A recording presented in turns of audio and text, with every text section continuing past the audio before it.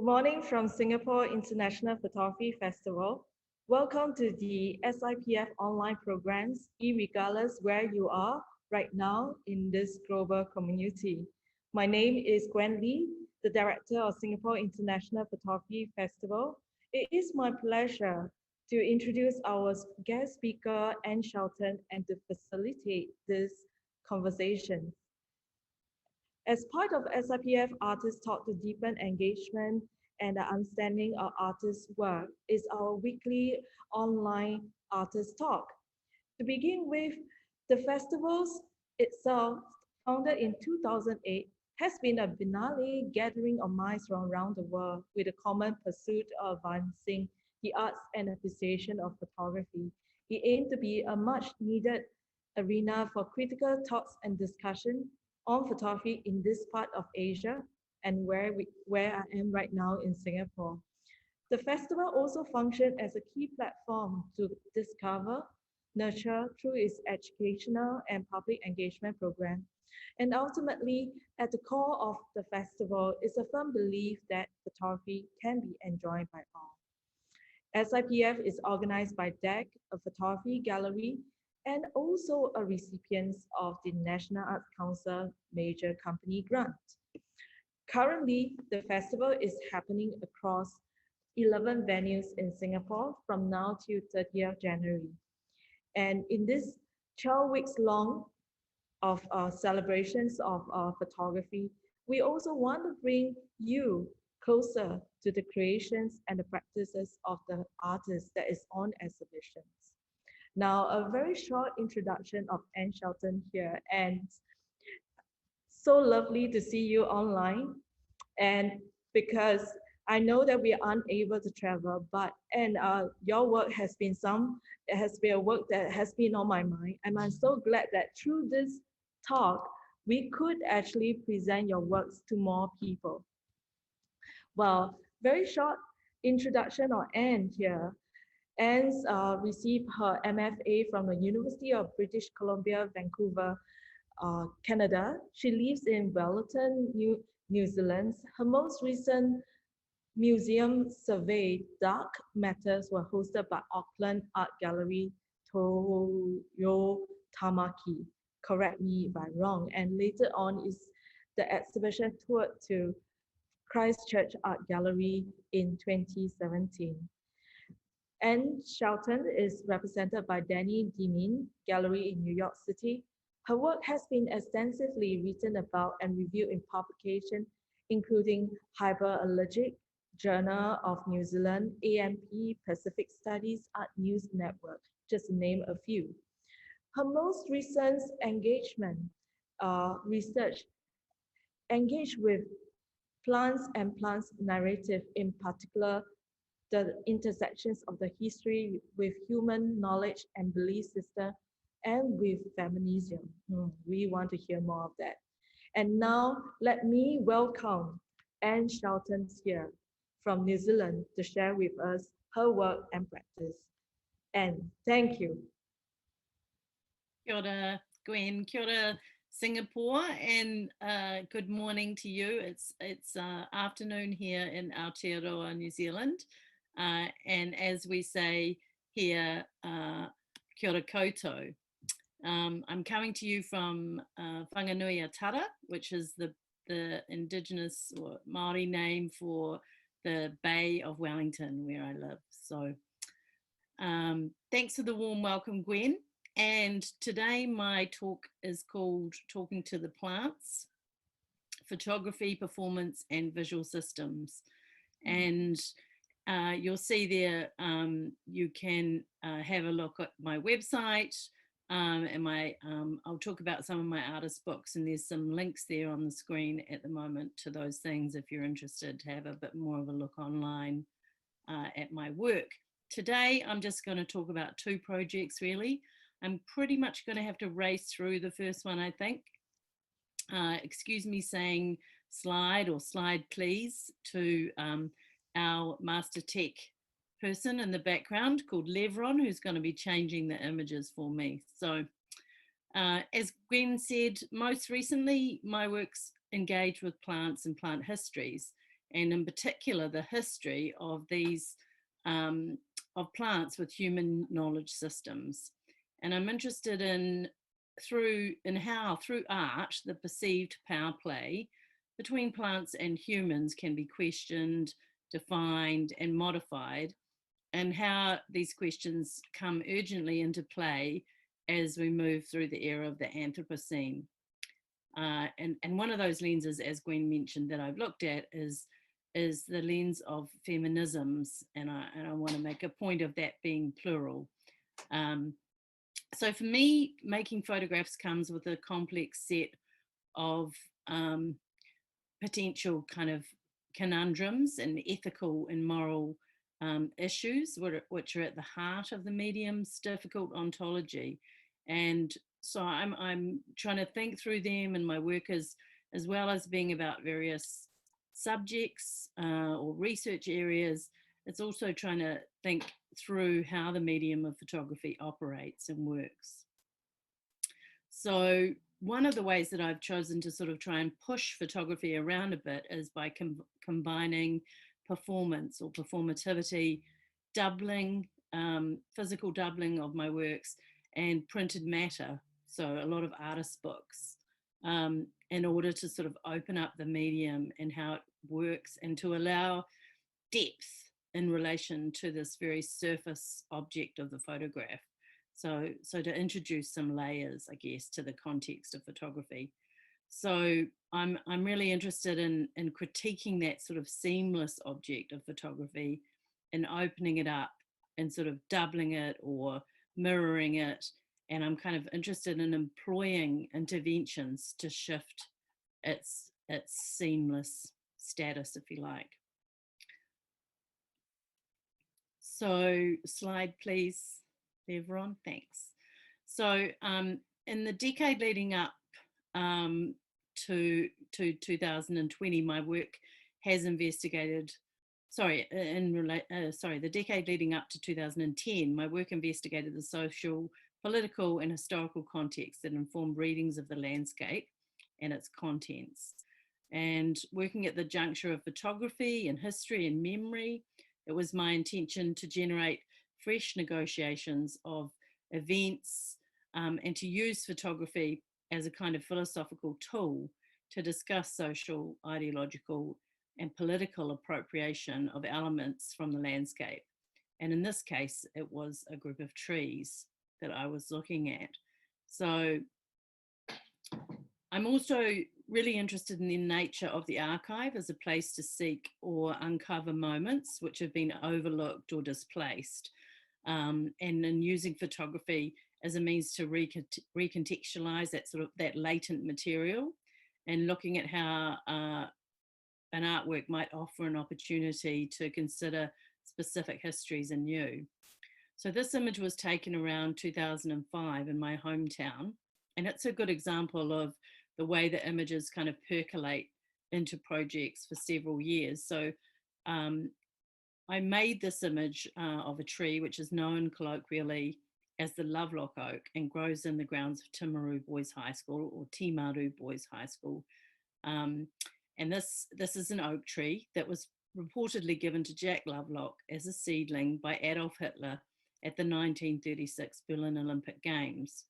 So the lives of this tree and the other 130 seedlings that were presented to gold medalists at the 1936 Games presents us with a conundrum. They're at once a great living thing, and with a history as old and diverse as Europe, but simultaneously they're also symbols of indescribable human failing. So it's this nexus that the project sought to examine and kind of and force us to confront this idea of the complexity of historical memory. So the project was called Inner Forest. Slide, please. It considers the status the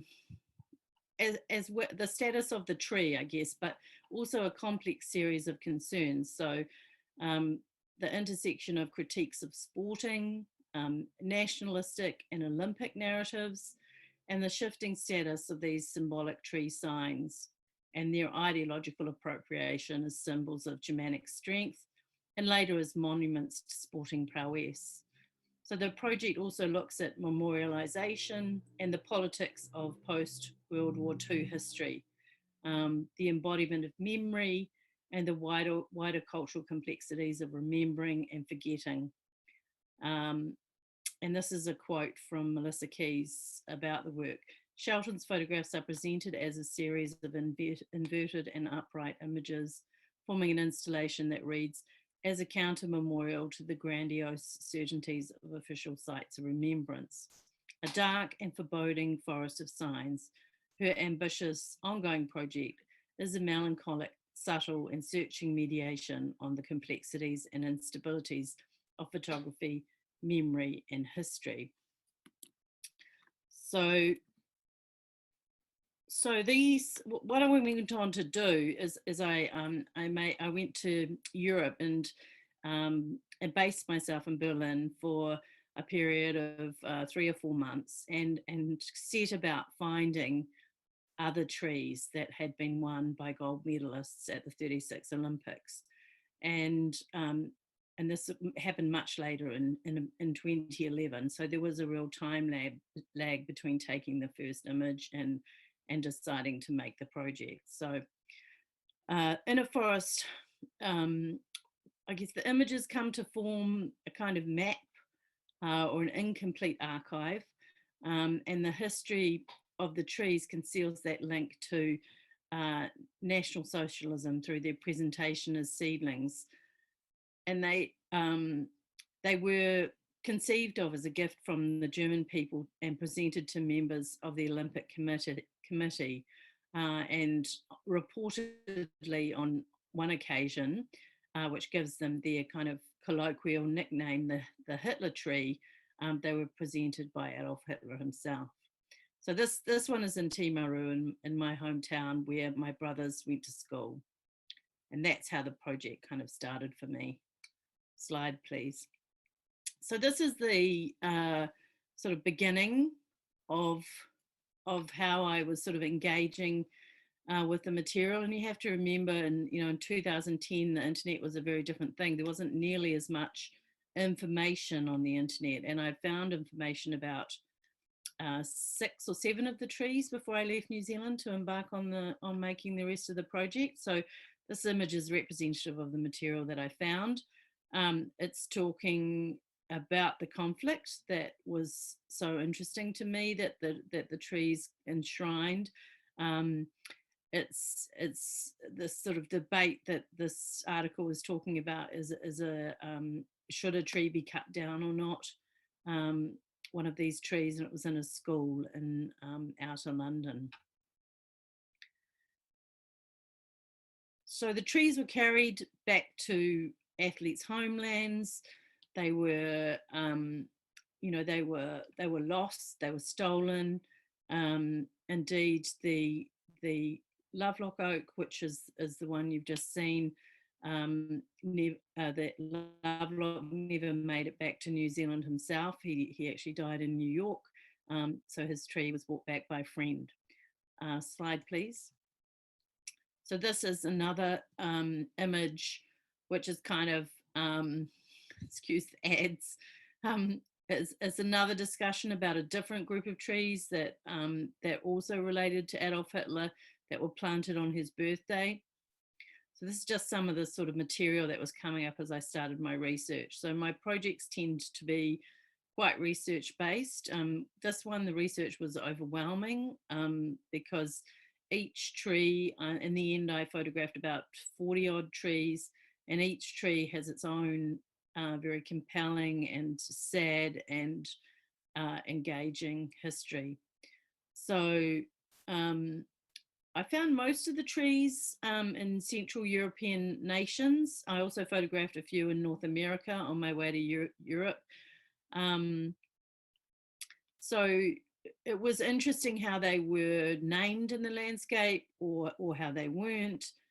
Some of them were graftings or from a parent plant or another one of the same trees because the original seedling had died. of course, some of the oak trees were planted in places where oak trees aren't meant to grow, so they didn't do so well, etc., etc. So there was a lot of variation in the trees themselves.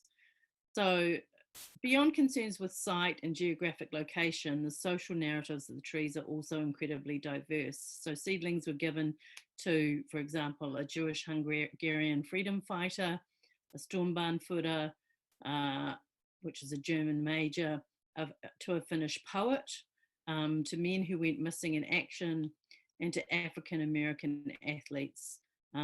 As I said, they died in customs, or they were stolen from hotel rooms, rescued during invasions, and chopped down to create vegetable gardens after the war when food was scarce. So the trees have entered the historical vernacular as incredibly complex and highly conflicted signs. Slide, please. So this is this is an example of someone researching the trees who's trying to find some Canadian trees, which, as I understand it, still haven't been found.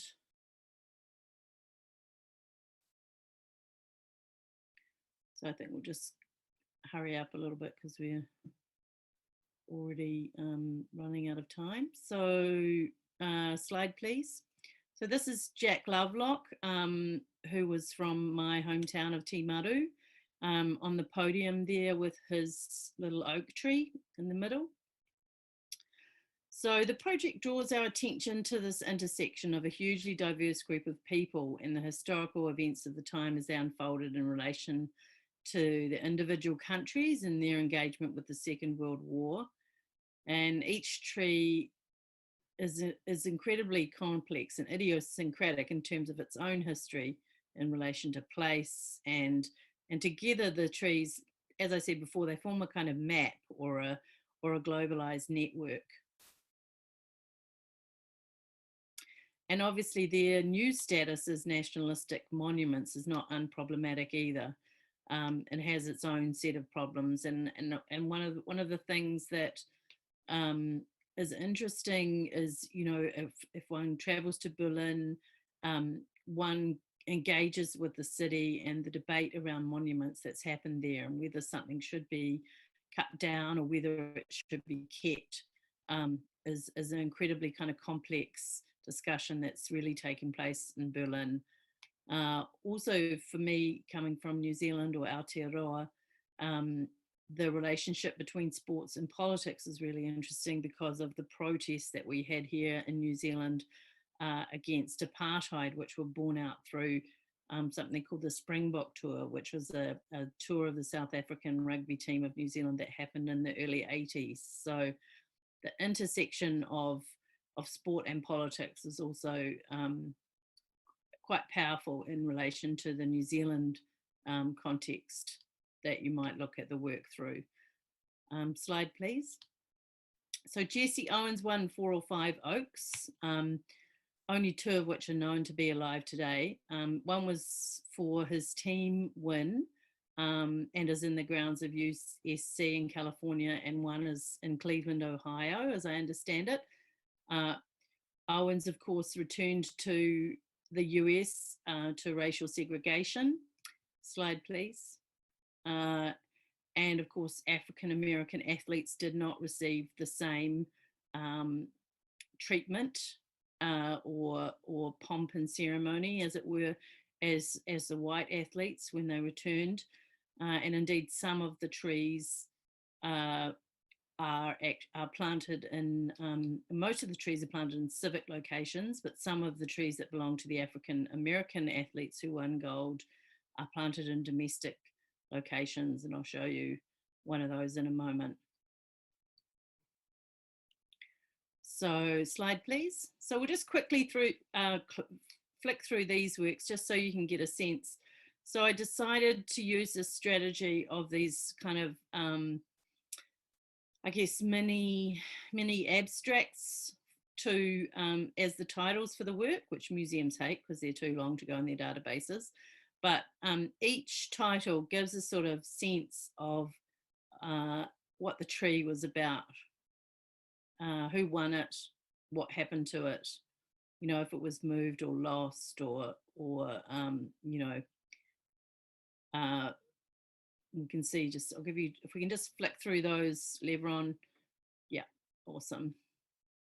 This is Gladbeck. This is the one I was talking about, where the tree's been planted in a domestic location. This is a tree won by Cornelius Johnson, who was an African-American weightlifter, and it was probably planted in his mother's backyard in Koreatown. It's in Koreatown in Los Angeles. It took me quite a long time to find that tree. I had to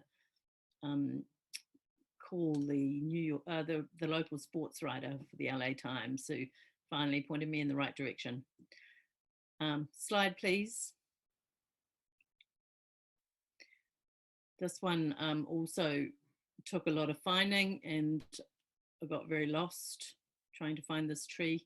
There are a lot of places in Italy with the same name. Let's just say that. Slide, please. Yeah, these are trees in Hungary. And it was amazing the way that kind of local knowledge and urban myth fed into finding the trees. You know, if I couldn't find one, I would just start to utilize and try to utilize that local knowledge. So I'd go to the place. You know, the process was I'd put in the name of the athlete and the name of the country they were from, and something about the Olympics, and usually that combination would bring up some kind of hit, which would mean that my partner, who was like a major assistant in the research, and I would travel to that place and then just try and talk to locals about the local history and find the tree from there. Slide, please. This is a tree in Bologna that's actually a they went and sourced a tree from the same forest where the original trees came from, because the original tree died. Slide, please. This is an image of one of the trees being planted in England just before the war broke out. Slide, please. This is an interesting tree. It is a tree won by Son Ki-chung. Excuse me if I'm butchering that pronunciation. He was a Korean athlete who was a long distance runner, and he became the first Korean to win a medal at the Olympics, and he won gold in the marathon. And he was a member of the Japanese delegation. He was forced to compete as if he was from Japan, because of course Korea was under the colonial rule of Japan at the time. Slide, please. You'll see Son Ki was wearing an oak crown. And this is one of the, this is a really good example of National Socialism, or the Nazi party, willfully confusing the political and the aesthetic. And it's a symbol which obviously was already well established through the first Olympia and the crown of olive leaves. And so this is a strategy of kind of giving oak trees and giving the athletes a crown of oak thorns, obviously as a way to invoke the power of the oak as a symbol in European history, and its sense of strength and majesty and I guess regal kind of stature. So and that's quite interesting too, because, you know, National Socialism was actually one of the first governments in history to start to protect the natural environment. We don't have time really to go into that today, into that discussion, but this is a pot which was made for the seedling, one of the seedlings when it arrived at Hendon School in London. So I visited the school to photograph the tree and obviously photographed this little plaque as well.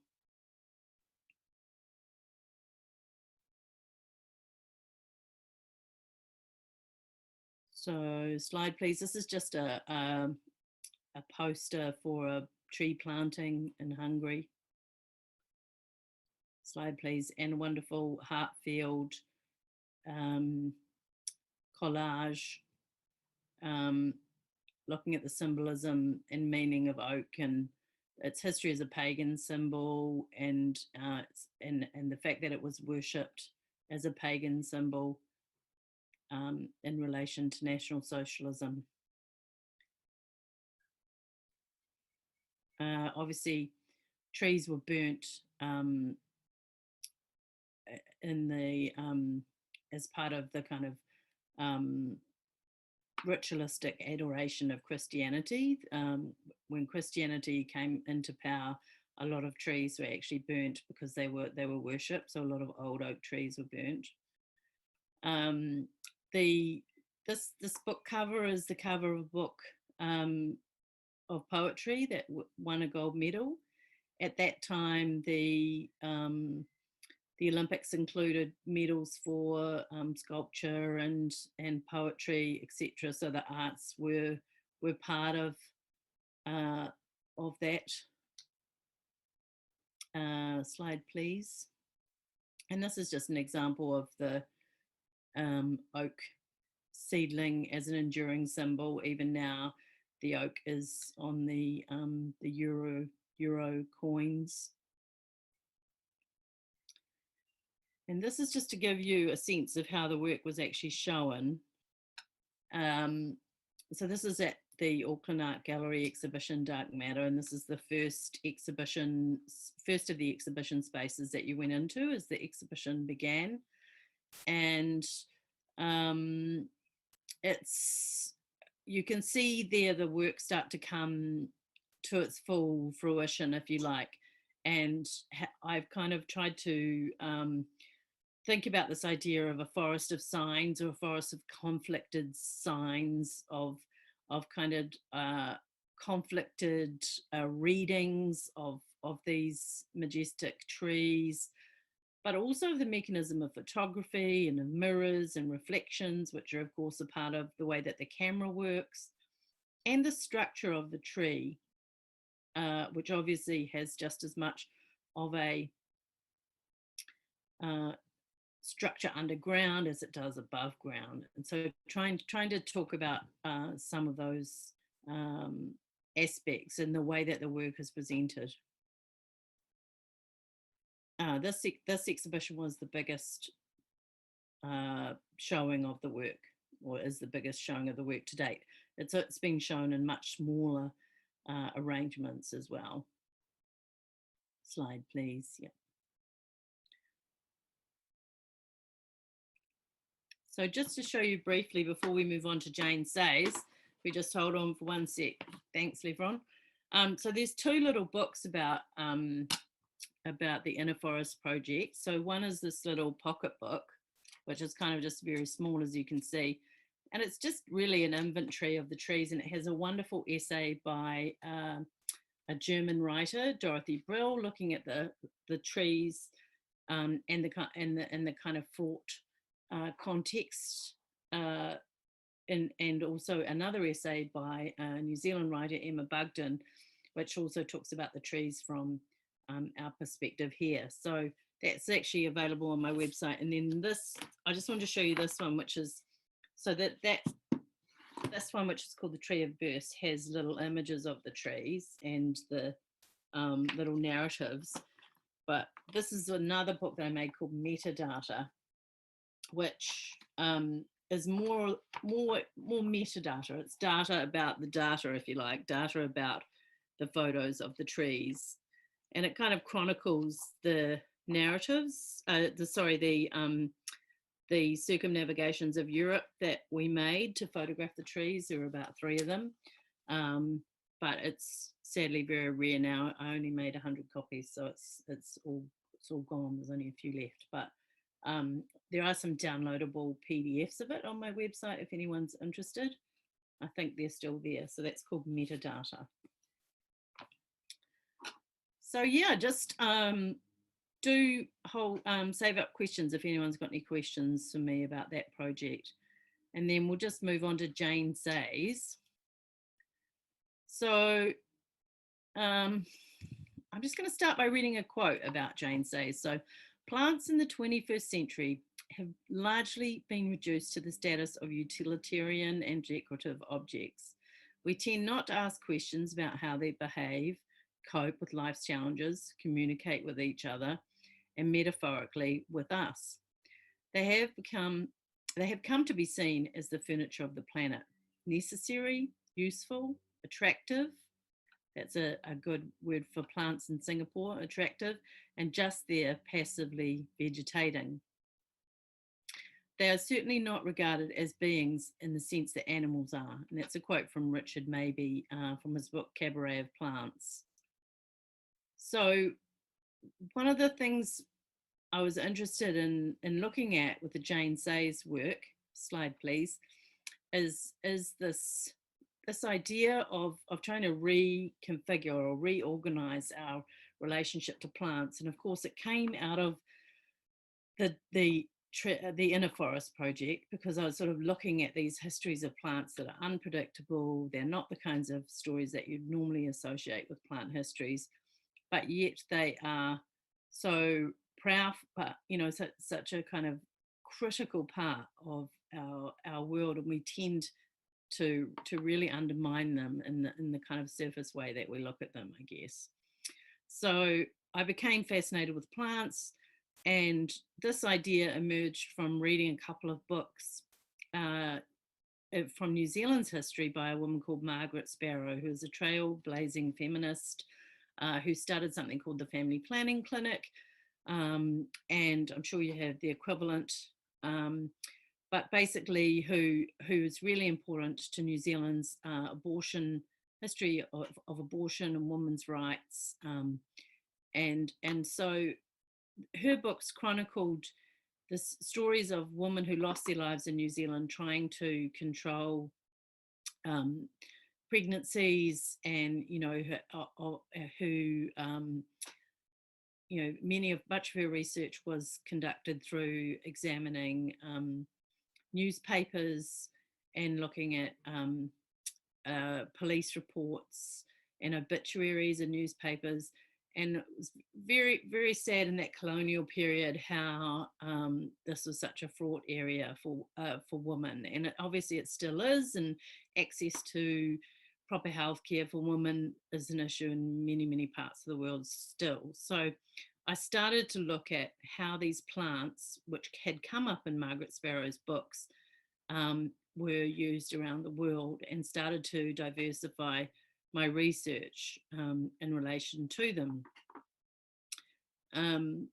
So slide please. So the outcome, one of the outcomes of the project is a series of large-scale hyperreal photographic works, and that's ongoing. Slide please. And the photographs depict plants and herbs that are associated with birth control and with abortion histories. And the works are presented, and I'm quoting from the Japanese tradition of Ikebana. I'm by no means an Ikebana specialist, but I did learn Ikebana. And I was really interested in Ikebana because of the conceptual qualities of structure and control, the way that plants are manipulated, and you know, because a lot of Ikebana is about, you know, stripping back and paring back plants to their beautiful, minimal but elegant structures, which I was really interested in. And it seemed to me to be an apt metaphor for the control that plants can exert over a human body. So I was looking at plants that are as diverse as wormwood or thistle, ferula, poroporo, which is a New Zealand one, and aloe, which feature in tonics and tinctures that have been used historically to control fertility. And the works were exhibited in New York in April 2019. And yeah, I'm currently looking for residencies if anyone listening is in the know, that will allow me to go to photograph plants from different parts of the world for this project, particularly South America or Central America. So yeah, just a bit of a shout out there. So many, slide please, many Western medical practices incorporated herbal traditions into their healthcare regimes to allow women to control their own reproductivity and health, of course, otherwise known as witchcraft. Women certainly continue to use abortifacient and anti-fertility plant remedies in contemporary society. And there's a fantastic book which kind of became my go-to book for this project called Eve's Herbs, A History of Contraception in the West, by a man called John Riddle. This is an image of protests for abortion rights in New Zealand in the 1970s. So this body of work is interweaving the illicit and sometimes underground trading of information around these plants, fabled and real. And I'm hoping that the photographs operate as a kind of index to the discussion of reproduction and its control in society. I'm also interested that, you know, they take the form of still life, and there's something wonderful about this, the idea of setting the scene for this conversation with something like a domestic still life. And obviously still life has a really incredible and relevant history. So the work allows us to examine this loss of knowledge and secrecy of personal trauma. Yeah, so there's trade in plants and knowledge, and of course that's all bound up now with patenting and ownership, and plants are increasingly commodified. And it's important to consider that in relation to traditional knowledge around plants in the context of the period that we're in.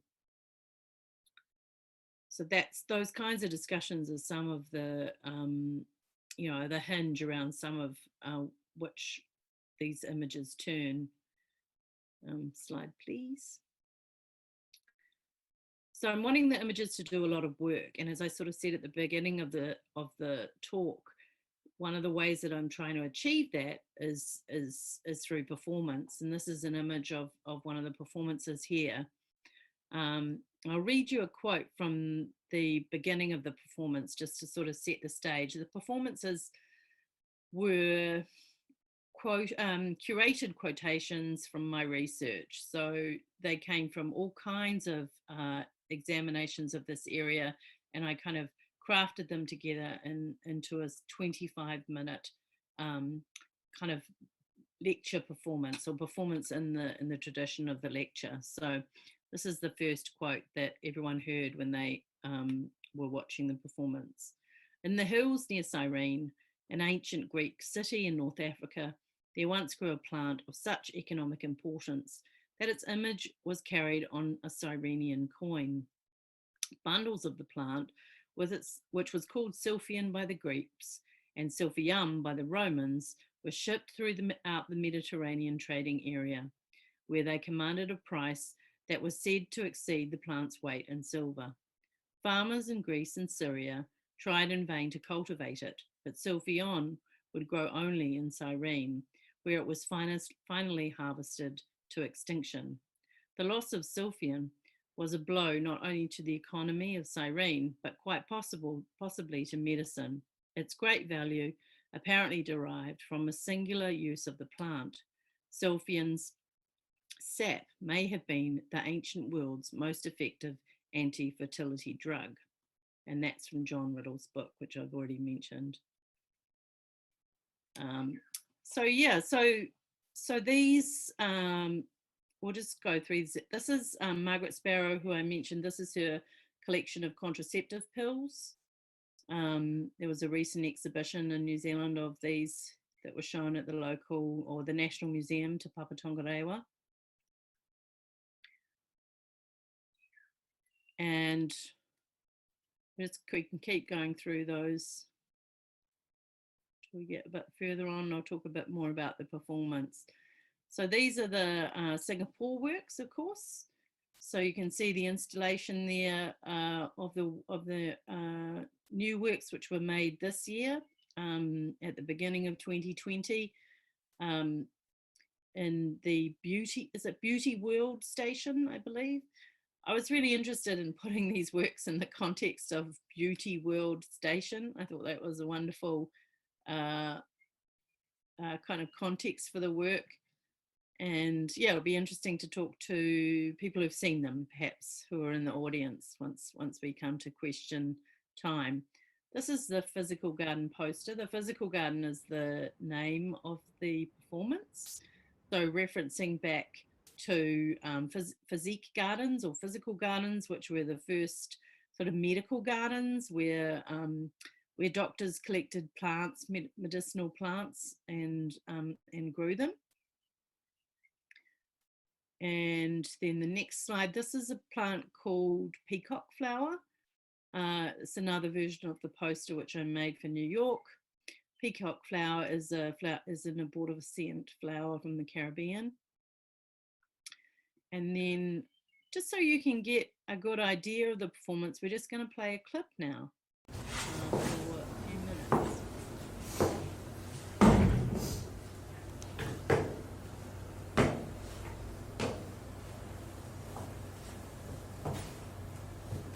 Favorito Emilio N. and Beatty Kurt, 1995. The Silphium Connection, Bicillator. Cultural bias and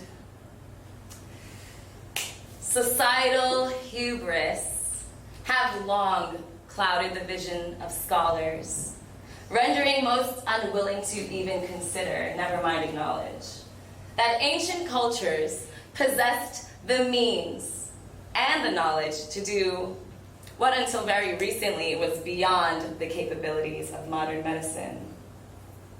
As a result, for centuries, scholars dismissed ancient accounts of certain plants that provided an effective means of birth control.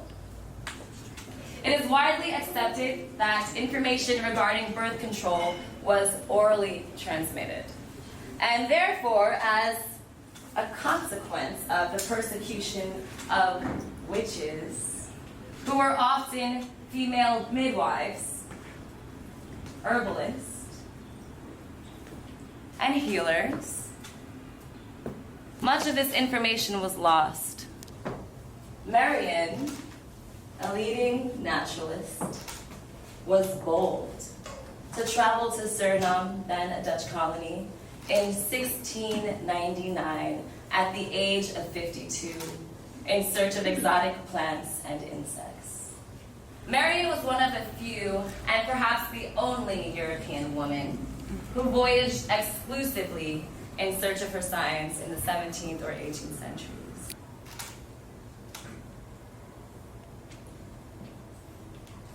Scheibinger Londa L., 2004. Plants and Empire. Marion's peacock flower, Poinciana postrema, is not a heroic plant of the historical stature.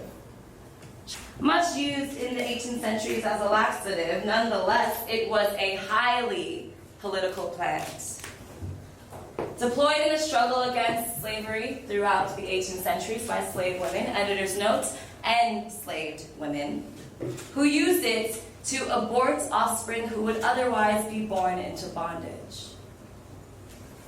The Cabaret of Plants, London Profile Books, page 145. As well as the medicinal culture of its indigenous peoples, the American East Coast was a repository for Old World plant mythology and folklore. In the redoubts of Appalachian Mountains especially, herbal nostrums, folk recipes, fundamentalist beliefs, and outright plant magic had been packed as cultural baggage with the cows and cooking pots by early settlers, and survived intact in isolated mountain communities well into the 20th century. dangerous garden. In its relationship with human beings, the plant kingdom has always locked itself closely into our virtues and our vices. There is therefore no reason to believe that future developments and the interaction between man and plants will be all beneficent. Man's future with plants, like the past, will be filled with contradictions and threats. Plants, whether from rainforest, steppe, backyard, or the hands of genetic engineers, will continue to produce commodities we have never dreamed of. New trade I think we've routes, been around once. new wealth. Awesome, thank you. So, Lebron, you could probably just cycle through the next slides slowly while I just talk about the performance a little bit, and people can look at the images of the performance, and there's some other context about the work. So the images in Jane Say's form a kind of photographic garden of these medical plants. And the work links photography and botany, which of course is a really critical part of photography's history, and the impulse to record specimens and their uses around the globe. So the accompanying performance, The Physical Garden, presents a viewer with glimpses into the historical context for these works. Tracts of information constructed by myself and a curated list of related quotes, which were assembled according to common themes and take the viewer on a journey from ancient times until now. So the Physical Garden presents a diverse material across disciplines, from the giant fennel plant that was traded for more than the price of gold to the and harvested to extinction because of its popularity, to poroporo, which was farmed commercially in Taranaki in Aotearoa, New Zealand, for use in contraceptive pills in the 1970s. So there's all these swirling pieces of information which give context and background that the photographs can't do themselves. So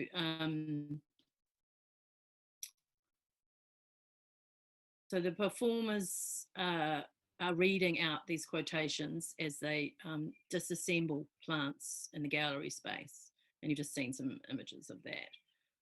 There's also a poster which people could take home, which had the text for the performance on it, and you can see there the installation of the work, which was, if you want to go very quickly through these, Lebron, these are just the large exhibition that Gwen mentioned at the beginning, called Dark Matter, which is a survey of my practice, and was held in 2016 at Auckland Art Gallery. So you can see the Inner Forest works were juxtaposed with the Jane Say's works. And I think we better just get to the end there, and we've probably got 10 minutes for questions. So just to show you, this is the catalogue for the exhibition, which I think is still actually available, beautifully designed by my partner and collaborator, Duncan Munro of Lucky Stairs Design Studio. And you can still get copies of that on the Auckland Art Gallery website, I think. So if we just keep going to the last page, Lebron, you can see the show had a lot of work in it. Awesome. Publications, as I talked about, have been really key, and those are all on my website. There's about 5 of them there, I think. You can just go through those pretty quickly, yeah. And I'd love to take any questions if anyone's got any. So if we just go back one, Lebron, and we'll just end on that page there. Yeah, thank you.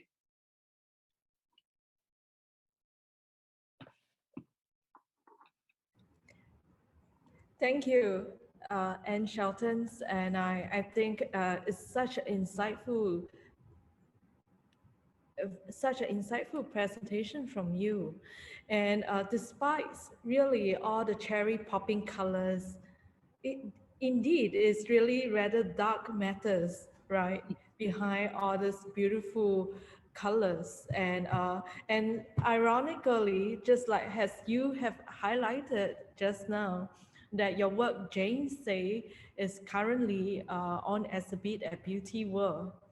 And um, and and ironic in the sense that hidden behind that beauty, the colors and the flowers that people always may just at one glance assume that to be aesthetic decorations, has so much of a history. And also this the intersections of histories and also power and politics come into the picture. And that's also one thing that truly struck me when I was going through your work, and not only just the presentations that you shared with us with the plants, the trees, and your current interest as of now, but this um, despite despite that the complexity of trying to get the story or complexity of these intersections, image has always been the first medium that comes out to the viewer. I mean, there have been artists that employed different strategy or different approach when it comes to all this complexity, but image still remain as one medium that comes to people, and and subsequently, of course, there are layers and representations and context that one has to read in order to understand. I'm sorry, I'm just repeating myself here as I trying to bring out these questions really on what does this image means to you as a practitioner, given that the amazing ability of it as well, the shortfall of it. And also the later part, I also have also realized that the performance come into the picture. At what time, at what point arise for this performance to come into a space, that come into an interaction of your work as pertaining to the image on the wall? So that's one question on my end. Yeah.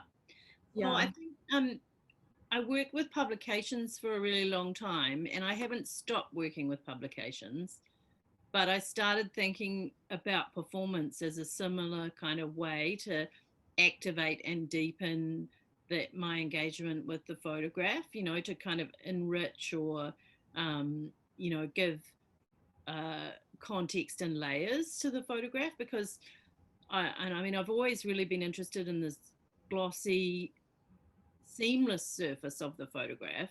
But what the books do and what the performance does is allow me to juxtapose that glossy, seamless nature of a beautiful photograph with all this other context and layers, and yes, often more difficult content. And I think the kind of it's a strategy in a way. I've talked about it as being a kind of pact with the viewer, where I'm trying to draw a viewer in through this seduction, if you like, of bright colors. And although the colors do have a context and they do come from histories that are related to those photos, and in fact, in that instance, they come from my collection of sort of retro Ikebana magazines from the 1970s, which use those kind of colors behind the arrangements. But so yeah, so there is this sort of surface depth tension that I'm really interested in, and the performance is a development of that. It came out of thinking through, well, how can I push the nature of photography further, break it up a bit, make it a stammer rather than this kind of certain thing, like this idea that photography is a sort of a closed system, that you can look at a photograph and that it means the same thing to everyone. That's and that kind of comes, I that notion. My work is a lot about critiquing that notion, that and it comes, I think, from my past career as a press photographer. It's Going interesting that you right- mentioned that on your past Yeah. career as a press photographer. Yeah. And I was also reading the articles by Donna West Brett and essays on you, on your work, and which title Home and Homelessness. And in the essays, she states this just for me to quote her here, that Anne's Shelton's practice often draws on consistently engage with uneasy places, sites of fractures and anxious history, and with events that has been displaced in the landscape. And at that point, she mentions about the early career of you as being a newspaper photographer. Would you think that that early beginning as a newspaper photographer set you on this concerned eyes and investigative approach in your work? Yeah, I definitely think the methodologies that we used when I worked on the newspaper, I've used those in making my own work, you know. A lot of them are just really common sense, but they're things I learned from that time. And a lot of my work, I mean, I haven't talked today about the work about places, but a lot of my work has been about reevaluating, and a lot of it is about a critique of journalism. It's a critique of those mainstream narratives and the way that they're articulated in very simple ways in such powerful contexts like the media in our lives. And you know, obviously that's going through a whole nother revolutionary cycle right now with fake news and you know, all the strategies at work, particularly in US politics, but also in New Zealand politics. I mean, we've had this huge controversial thing with dirty politics here in New Zealand as well. So yeah, I think you can find the crucible of those sort of the way that I work and what I'm trying to do in a larger, more meta way in that time. And I was also have the privilege to meet you 2 years back in Auckland when you have your exhibition. Yeah. And at the point of a meeting, I was, beside being impressed by your work, I was also impressed by this enormous amount of printed matters that you have made throughout your career as an artist. And and actually at the point I asked myself, how come I do not know about you? I mean, for someone, I love printed matters, I love books, and I thought that was one very lovely visit to discover really well thought out publications coming from New Zealand. And I just also curious, like within New Zealand or Wellington, is this use of this book medium for artists common, or is it something that is you know, only like for you as Anne Sheltons in this persistent use of publications? Yeah, well, it's interesting you should bring that up because yes, the photo book,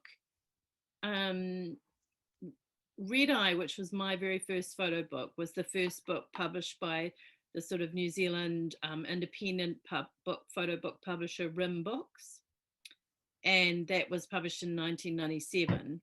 And you might have seen that when you were at Two Rooms in Auckland. Yes, it was in the slideshow briefly at the end. And so that was the first book they published, and then they've gone on to publish a whole lot of photo books from then to now, and they're still going strong. And then from that impetus, a whole lot of now more independent young people have set up presses and are publishing photo books. And my latest photo book, which I don't think I have a copy of here, is called The Mother Lode. And that was actually published by them too. And people can see that on my website if they want to have a look. It's so sorry, so that was photographed by one of these new independent publishing groups called Bad News Books. They're called Bad News Books. Yeah. So they're the newest kid on the block. Interesting name. Yeah, and I guess they've been going for a couple of years. So there are more independent publishers, small publishers setting up and doing things. And we've just had our first sort of 3 book fairs, I think, over the last few years. And we have one award, the Australia New Zealand Photo Book Award, which is, organised and sponsored by Memento Pro. And yeah, so there's a bit of momentum there around artist books and photo books. My books tend to have a little bit of a different approach, in that they usually tend to be quite content heavy as well. And also one of the strategies I've used, which is in the Spoonful of Sugar book that you talked about, is commissioning a writer to and giving that writer my research, and then sort of talking to them about key points that I'd like them to work with, and then they write a fiction, a little story that goes into the book. It's interesting that as you were sharing, you actually you describe it as photo book, artist book. So I presume that that's from your idea of the publication, there is a difference, right? Yeah. I mean, particularly with this one, metadata that I showed you before, there's none of my photographs in here, but I still think that, conceptually this has some strong relationship to a bunch of photographs. So it's in that way it's a kind of hybrid between a photo book and a artist book. Yeah. And also another thing I noticed about your book, I mean, I was like visiting your websites and looking at the book, and it's very limited in copies. Like some is less than hundreds, and I mean, there's always this assumption when someone make a book, it will be made in hundreds and hundreds of copy and widely circulated. So is that a rationale or a reason that this is kind of like limited in how you produce your publications? And also, secondly, will you think that in view of the current pandemic of unable to travel, sometimes it's also very difficult to travel artwork, right, because of the pandemic? Will you think that the book would actually become a means and ways for your circulation of your work as an artist? Yeah. Yes, well, obviously in terms of the print run, it's usually a monetary concern. It's usually about budgets, that the books I make usually have some component that's quite expensive, like spiral binding or a kind of bespoke cover of some sort, or so it's expensive to produce them in larger numbers than 100, especially in New Zealand, where offset printing is really expensive. We're a kind of isolated island, and so that tends to be why they're quite small print runs. And then secondly, in terms of the pandemic and books, and yes, of course, books have always been amazing like that, haven't they? That books extend the life of your exhibition. They allow people to engage with your work that wouldn't otherwise, people that don't necessarily go to exhibitions or might encounter the book in some way. And so the kind of opportunities that books allow have always been, and will continue to be, particularly now in this pandemic, really important. Yeah, because they allow us to engage in different ways with ideas and contexts. Yeah. And I totally agree with you about that, like considerations when it comes to a book publication productions, and also the fact that to make a good books also involve a good designer, to work with, and of helps at times editors to come together to make a book. Yeah. And also, during your presentations, what occurs to me also this there's always this sort of like um, desire to sort of uncover the surface, to eradicate the surface, to say that this is it, this is what's so hidden or what's so buried under.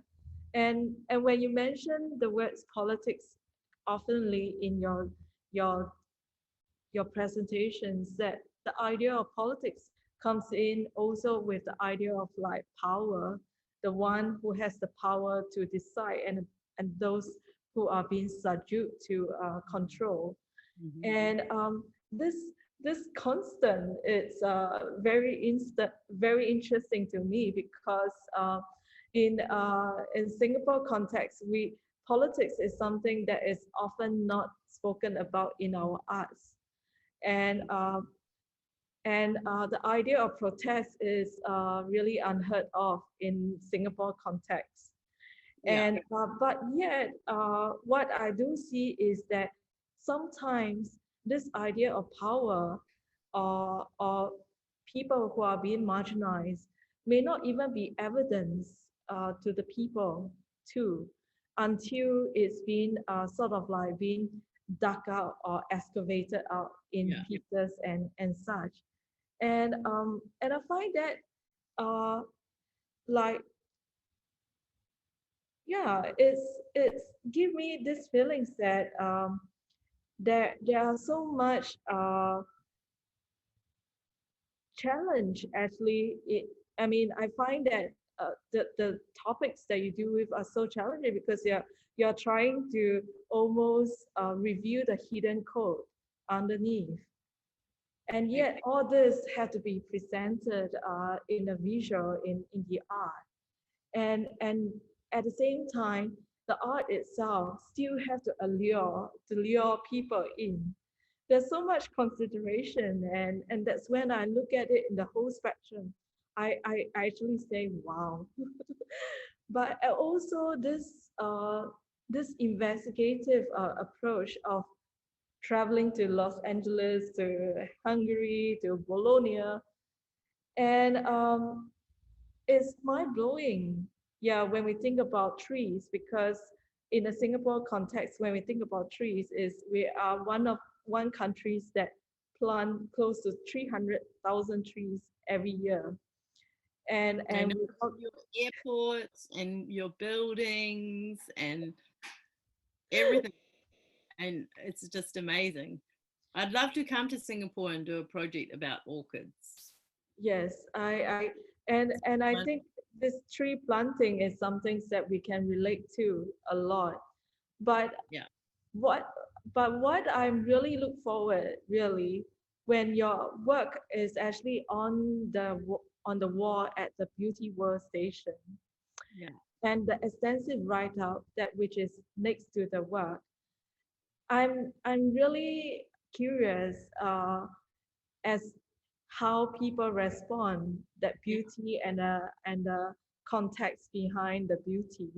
Do we have any responses from our wonderful audience today?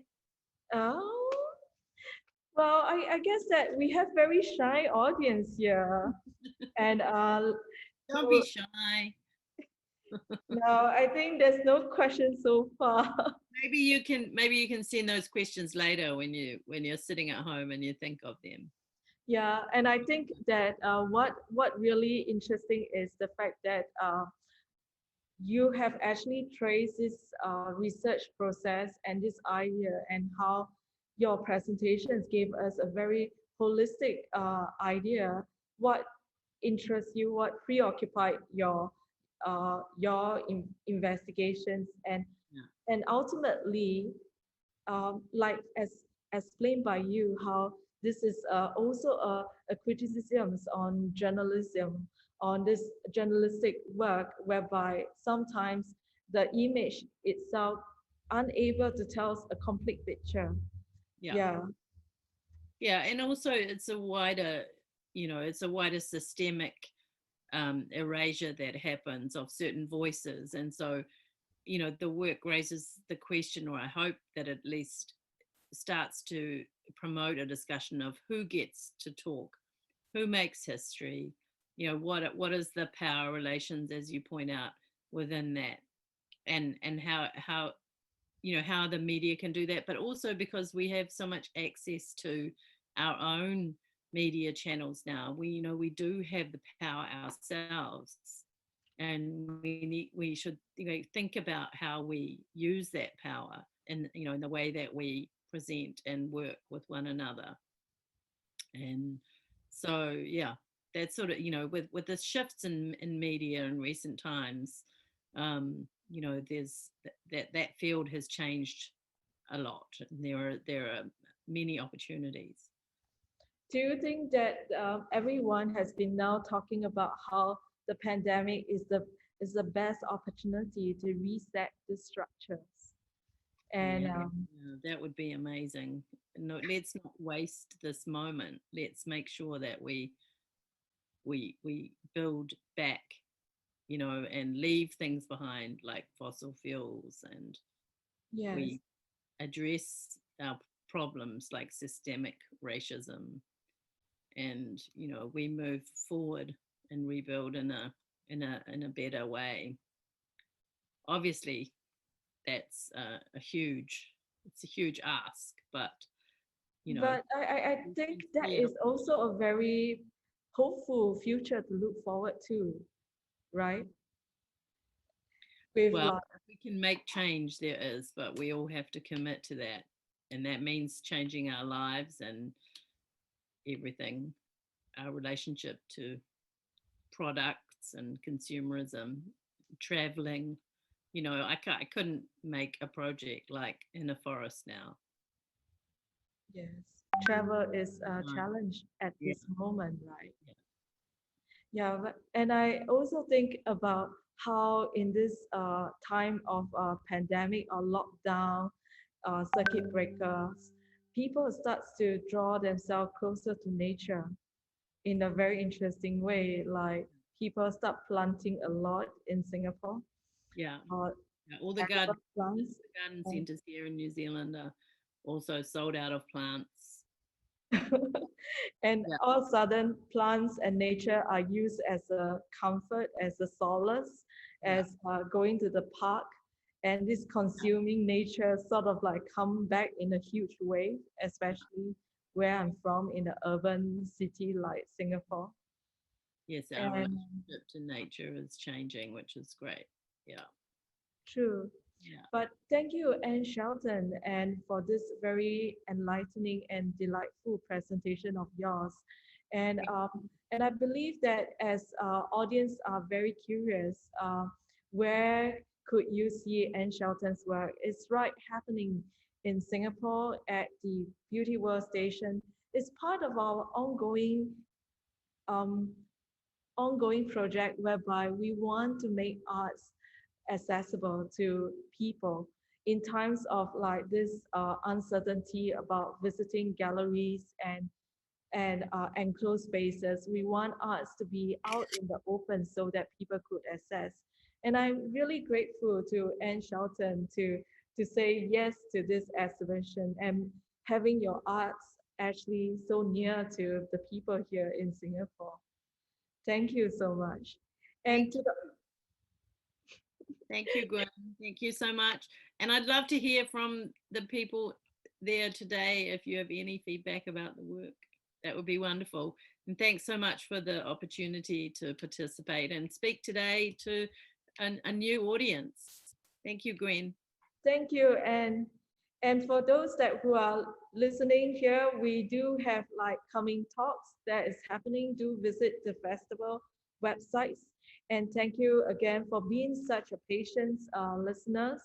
And if you have missed out or you would like to have shared this talk with many of your friends, and do know that this recording will be made available by the end of December.